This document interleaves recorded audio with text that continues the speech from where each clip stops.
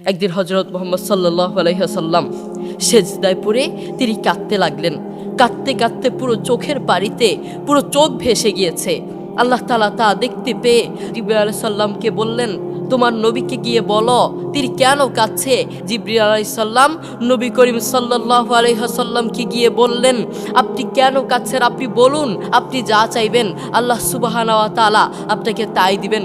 নবী করিম সাল্লাল্লাহু আলাইহি ওয়াসাল্লাম কি বললেন জানেন?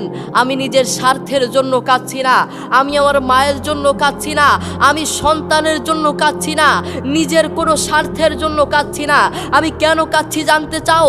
আরে আমি তো কাঁদছি আমার উম্মতকে জাহান্নামের পথ থেকে জান্নাতের পথে আনার জন্য। আল্লাহু আকবার। দেখেছেন উম্মতের প্রতি কত টান, কত মায়া, কত ভালোবাসা, কিন্তু সেই রসুলের প্রতি আমাদের ভালোবাসা থাকবে তো দূরে থাক, উল্টো আমরা রসুলের বিরুদ্ধে কথা বলি, ঠিক কিনা?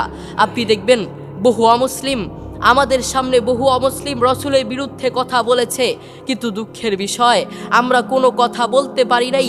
আমাদের সামনে বহু নাস্তিক, বহু ইসলাম বিরোধী, সুন্নাহ বিরোধী, কোরআন বিরোধী রসুলের বিরুদ্ধে কথা বলেছে, রসুলকে নিয়ে মিথ্যা অপবাদ দিয়েছে।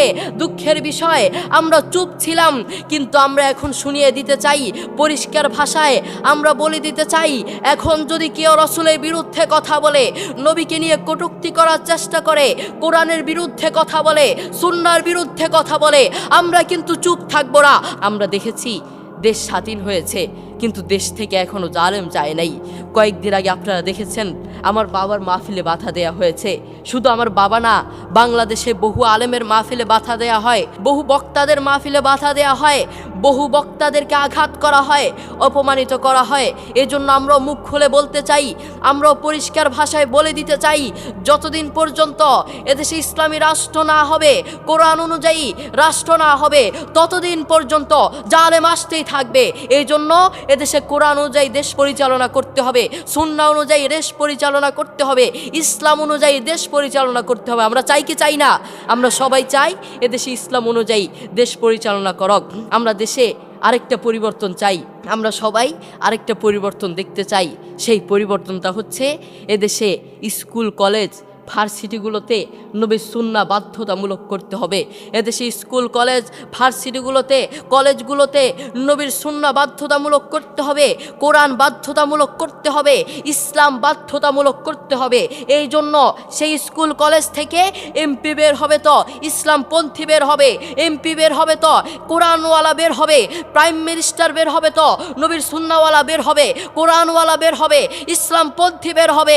আর কোনো জালেম বের হতে পারবে না, আর কোনো বেঈমান বের হতে পারবে না, ঠিক কিনা? আমরা চাই কি চাই না? কারা কারা চাই দুই হাত তুলে দেখাও। ইনশাল্লাহ আমরা এদেশে নবীর সুন্নাহ অনুযায়ী এদেশে দেশ পরিচালনা করবো ইনশাল্লাহ। আপনি দেখেন আমরা প্রতিটা ক্ষেত্রে, প্রতিটা সেকেন্ডে নবীর সুন্নাহগুলোকে আমরা বয়কট করে যাচ্ছি, নবীর সুন্নাহগুলোকে আমরা বয়কট করে যাচ্ছি। আমাদের হযরত মুহাম্মদ সাল্লাল্লাহু আলাইহি ওয়াসাল্লাম তিনি বলেছেন, মাল্লাম ইয়ারহাম সগীরনা ওয়ালাম ইউয়াক্কির কাবীরনা ফালাইসা মিন্না। তোমরা ছোটদেরকে স্নেহ করো এবং বড়দেরকে সম্মান করো। কিন্তু আমাদের দেশে দেখুন আমরা ছোটদেরকে স্নেহ করতে জানি না, আমরা বড়দেরকে সম্মান করতে জানি না। একজন বক্তা তিনি কথার প্রসঙ্গে বলেছেন, মুরব্বি মুরব্বি উহু উহু। যেহেতু এটা এখনও ফেসবুকে প্রচলিত নাই, তবুও আমি আমার পক্ষ থেকে বলতে চাই, ভাই আপনি একজন মুরব্বিকে আপনি চেতিয়ে তিরস্কার করে বলছেন মুরব্বি মুরব্বি উহু উহু। সে আপনার দিকে তাকিয়ে হাসছে, কিন্তু আসলে সে আপনাকে বদদোয়া দিয়ে যাচ্ছে। এই জন্য আমাদের মুরব্বিদেরকে চেতানো যাবে না, মুরব্বিদেরকে তিরস্কার করা যাবে না। আল্লাহ তাআলা আমাদের সবাইকে রসুলের সুন্নাহ অনুযায়ী দেশ পরিচালনা করার তৌফিক দান করুন।